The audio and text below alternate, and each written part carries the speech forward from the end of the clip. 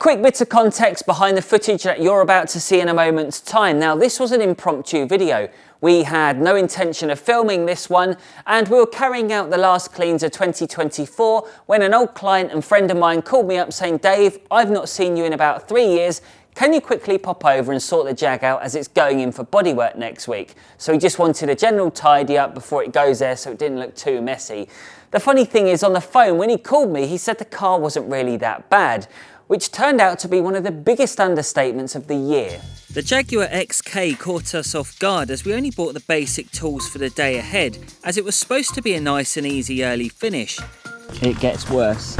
Worse indeed, but what about the other side?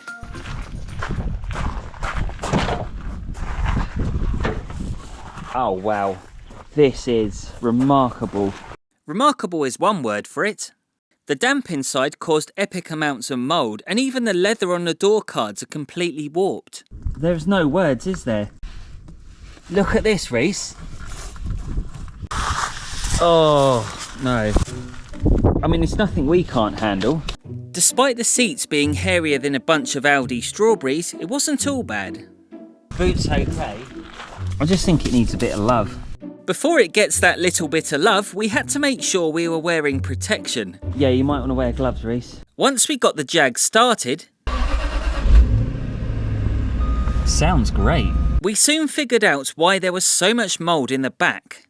A dodgy repair from his previous garage meant the rear window wasn't properly sealed. Never seen anything like this, Reese. This is just... I mean, what do you even do with that? I can't believe that.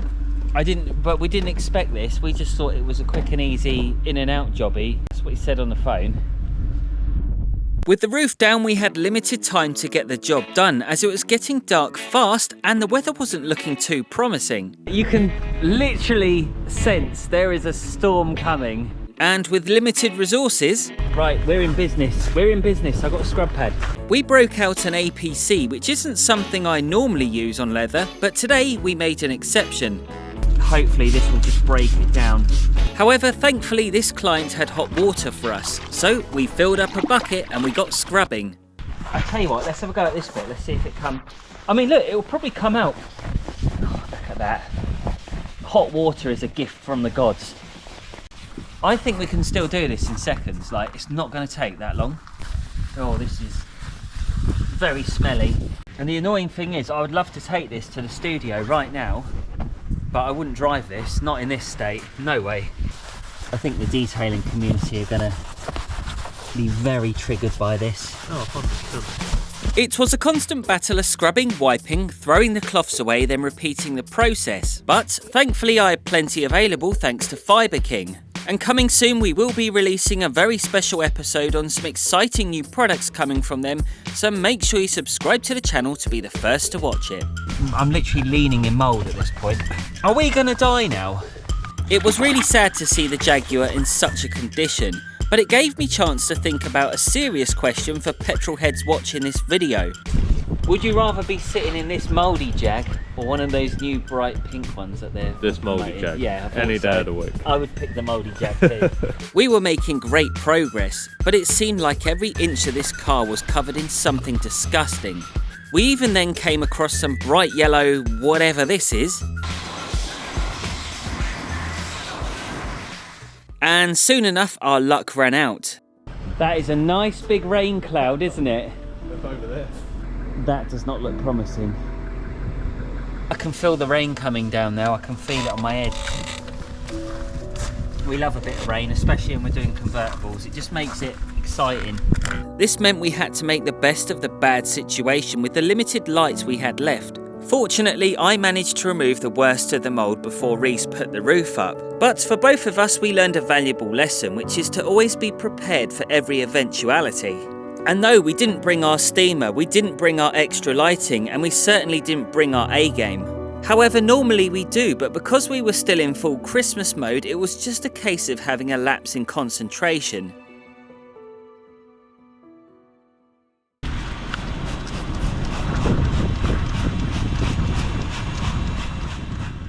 With the wind picking up just as we broke out the wheel cleaner, we got cracking on the faces and the barrels using a selection of soft brushes. The plan of action here was not to go too mad, as we knew in a few weeks' time we would have to be giving this a deeper clean. But we still couldn't resist sticking those brushes right inside, as we had easy wheels to work with. With the wheels, tyres and arches looking partially clean, it was time to jump onto the snow foaming of the Jag. And thankfully I still had some Autoglym Polar Blast left from the previous video, so I opted to stick with it on this occasion and I left it to dwell for a few minutes. These cold temperatures helped me buy some time, so whilst the foam was working its magic, we used the opportunity to give the wheels another hit with the brushes. It was time to rinse away the snow foam and the dirt, and you can see in this footage the water just wasn't flying off the paintwork like you would normally hope, indicating there was zero protection on the car. So later on I'll be revealing a product that can quickly rectify this issue. Moving on to the contact wash, and we're using one of my go-to shampoos for this task, which included covering the bodywork and the door shuts. And just to be clear, we opted against washing the roof due to that massive gap around the window frame, which was getting repaired in a few weeks.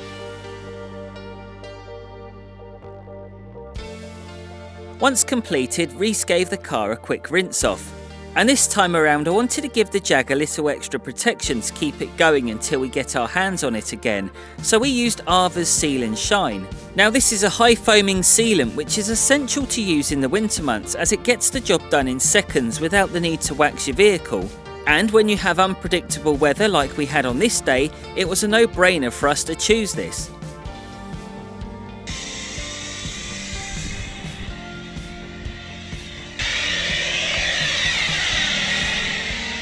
Here is a quick before and after so you can see it in action. As you can see, it's improved the hydrophobic effect on the vehicle's paintwork, which helps keep it cleaner for longer.